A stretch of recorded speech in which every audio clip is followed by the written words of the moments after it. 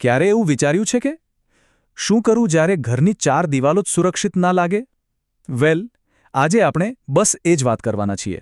એક એવા કાયદાકીય કવચ વિશે જે આવા જ સમયે રક્ષણ આપે છે. તો ચાલો ઘરેલું હિંસા અધિનિયમની કલમ 12ને જરા ઊંડાણથી સમજીએ. તો સવાલ એ છે કે જો કોઈ મહિલાને ઘરમાં જ, પછી એ માનસિક હોય, શારીરિક હોય કે પછી આર્થિક ત્રાસ આપવામાં આવે તો શું થઈ શકે? અને જુઓ, આનો જવાબ એકદમ સ્પષ્ટ અને મોટા હામાં છે. કાયદો આ પરિસ્થિતિમાં ચોક્કસ મદદ કરી શકે છે. અને એ જાણવું ખૂબ જ જરૂરી છે. તો ચાલો જોઈએ કે કાયદાકીય રક્ષણ મેળવવા માટે કયા કયા રસ્તાઓ છે. અને હા, આપણું મુખ્ય ફોકસ રહેશે ઘરેલું હિંસા અધિનિયમની કલમ 12 પર. કોઈપણ સમસ્યાનું સમાધાન શોધતા પહેલાં એને બરાબર સમજવી પડે, રાઈટ? અને એના માટે કયા સાધનો ઉપલબ્ધ છે એ પણ જાણવું પડે. તો ચાલો સૌથી પહેલાં એ જ સમજીએ કે આ ઘરેલું હિંસા સામે આપણી પાસે કયું કાયદાકીય હથિયાર છે અને એ કામ કઈ રીતે કરે છે. તો આ છે ઘરેલું હિંસા અધિનિયમ 2005, જેને આપણે શોર્ટમાં DV એક્ટ પણ કહીએ છીએ. આ કાયદાનો જે મુખ્ય હેતુ છે ને એ એકદમ ક્લિયર છે. ઘરની અંદર થતી કોઈપણ પ્રકારની હિંસાથી મહિલાઓને બચાવવી, બસ, અને એમના અધિકારોનું રક્ષણ કરવું. હવે અહીંયા જે સમજવા જેવી વાત છે ને એ છે કે આ કાયદો કોના પર લાગુ પડે છે. તો પતિ હોય કે પરિવારના સભ્યો, એમના દ્વારા થતા ત્રાસ પર. અને ત્રાસ એટલે ખાલી મારપીટ નહીં. જરા જુઓ, ધમકી આપવી, અપમાન કરવું, પૈસા ન આપીને હેરાન કરવા કે પછી ઘરમાંથી કાઢી મૂકવાની વાત હોય, આ બધું જ આ કાયદા હેઠળ આવે છે. એટલે કે હિંસા શબ્દનો અર્થ અહીં ઘણો મોટો છે. કોઈ સતત અપમાનજનક શબ્દો બોલીને માનસિક ત્રાસ આપે ને તો એ પણ હિંસા જ ગણાય. સારું, તો આ કાયદાકીય સુરક્ષા મેળવવા માટેનું પહેલું અને સૌથી અગત્યનું પગલું કયું? એ છે કલમ 12. ચાલો એને જરા નજીકથી જોઈએ. તો આ કલમ 12 શું છે? વેલ, એ પીડિતને સીધા જ મેજિસ્ટ્રેટ કોર્ટનો દરવાજો ખખડાવવાનો અધિકાર આપે છે. બસ આટલું સિમ્પલ.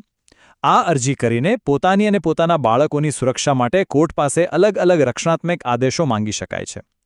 સાચું કહું તો આ ન્યાય મેળવવાની પ્રક્રિયા શરૂ કરવા માટેનું એક ખૂબ જ પાવરફુલ ટૂલ છે. હવે સવાલ એ થાય કે અરજી કરવી કઈ રીતે? જો આ પ્રોસેસને બને એટલી સરળ બનાવવામાં આવી છે. 3 રસ્તા છે. પહેલું, પ્રોટેક્શન ઓફિસર દ્વારા. આ એવા સરકારી અધિકારી હોય છે જે ખાસ આવા કેસમાં મદદ કરવા માટે જ હોય છે. બીજો રસ્તો છે પોલીસ સ્ટેશન. અને ત્રીજું, કોઈ વકીલ દ્વારા સીધા કોર્ટમાં પણ અરજી કરી શકાય છે.